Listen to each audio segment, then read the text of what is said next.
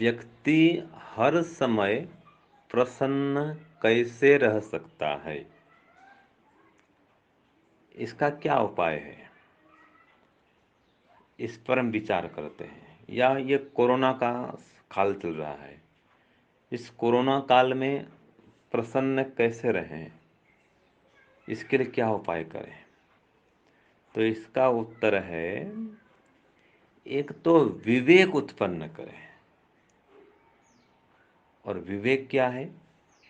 विवेक का अर्थ है कि मैं आत्मा हूँ, शरीर से पृथक हूँ, मैं शरीर नहीं हूँ।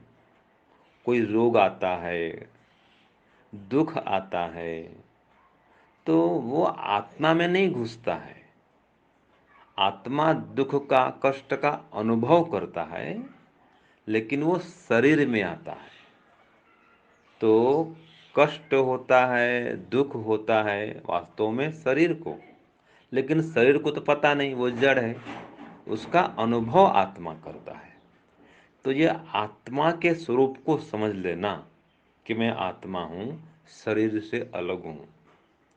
और इस शरीर से अर्थात प्रकृति से और मुझ जीवात्मा से भी परमात्मा अलग है। तो कुल तीन वस्तु हैं, परमात्मा, जीवात्मा और प्रकृति। इन तीनों का अलग अलग ज्ञान कर लेना या तीनों को समझ लेना, ये वैराग्य कहलाता है।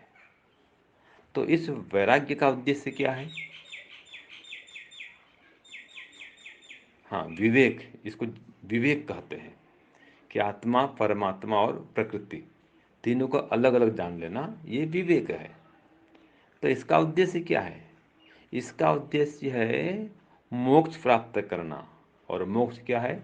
जहाँ सदैव व्यक्ति प्रसन्न रहता है, खुश रहता है, आनंदित रहता है।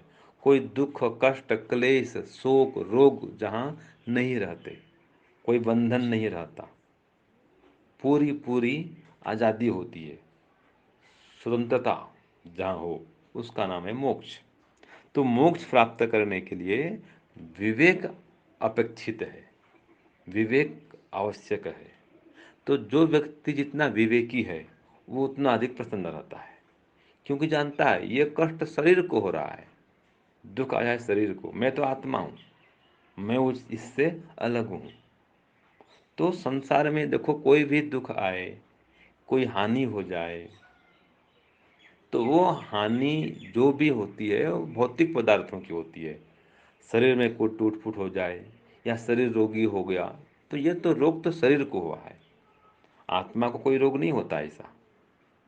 तो जो अपने को आत्मा मानता है कि मैं आत्मा हूँ, शरीर से अलग हूँ, तो वो कोरोना काल हो चाहे कोई भी काल हो, हमेशा प्रसन्न रहेगा और इसके लिए परमात्मा से जुड़ा रहेगा।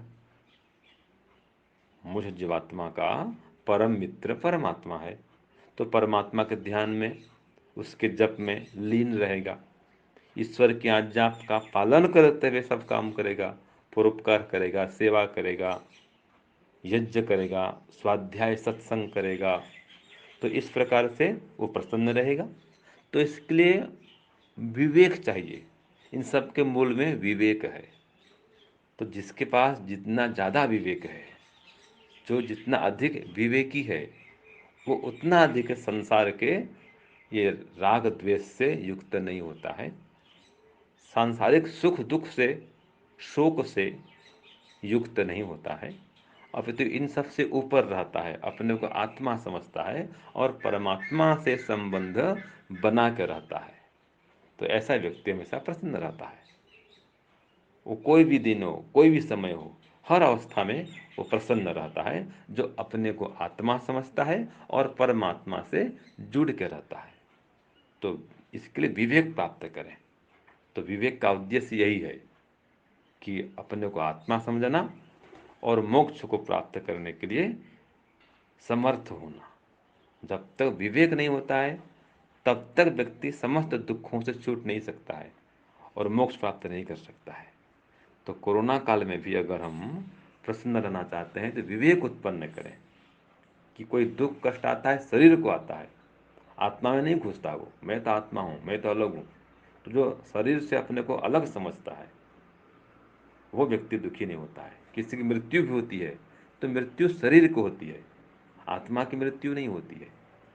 तो ये जान लेना, बोध कर लेना, इसका नाम विवेक है। तो ऐसा जो विवेक उत्पन्न कर लेता है वो कोई भी काल हो, हर अवस्था में प्रसन्न रहता है और परमात्मा से संलग्न रहता है, संयुक्त रहता है और सांसारिक सुख दुख से रहित रहता है। तो इसलिए विवेक उत्पन्न करें, आत्मस्वरूप को समझें, परमात्मा से संबंध बनाएं और ये भी समझें कि मैं शरीर से अलग हूँ, प्रकृति से अलग हूँ। तो शरीर अलग है जो प्रकृति से निर्मित है, आत्मा अलग है और परमात्मा अलग है। तो तीनों को अलग अलग जो जान लेता है और परमात्मा के ध्यान में मग्न हो जाता है वो व्यक्ति विवेक युक्त होता है, विवेकी कहलाता है और सदा प्रसन्न रहता है, हर स्थिति में वो खुश रहता है। तो कोरोना काल में भी हम इस प्रकार प्रसन्न रह सकते हैं जब अपने को आत्मा समझेंगे और परमात्मा की भक्ति में ध्यान में मग्न रहेंगे, साथ में स्वाध्याय सत्संग करेंगे, साधना करेंगे, हवन करेंगे और सहन शक्ति ही बढ़ाएंगे, थोड़ा सा दुख कष्ट को सहने का सामर्थ्य प्राप्त करेंगे। ये भक्ति से आती है। तो इस प्रकार उपाय करेंगे और आहार विहार भी ठीक रखेंगे, दिनचर्या का ठीक ठीक पालन करेंगे, प्राणायाम भी करेंगे, व्यायाम भी करेंगे, तो हम स्वस्थ रहेंगे और स्वस्थ रहेंगे तो प्रसन्न भी रहेंगे। तो ये विवेक भी है कि शरीर को खिलाने पिलाने में नहीं लगे रहना, क्यों, शरीर हम नहीं है, हम तो आत्मा है।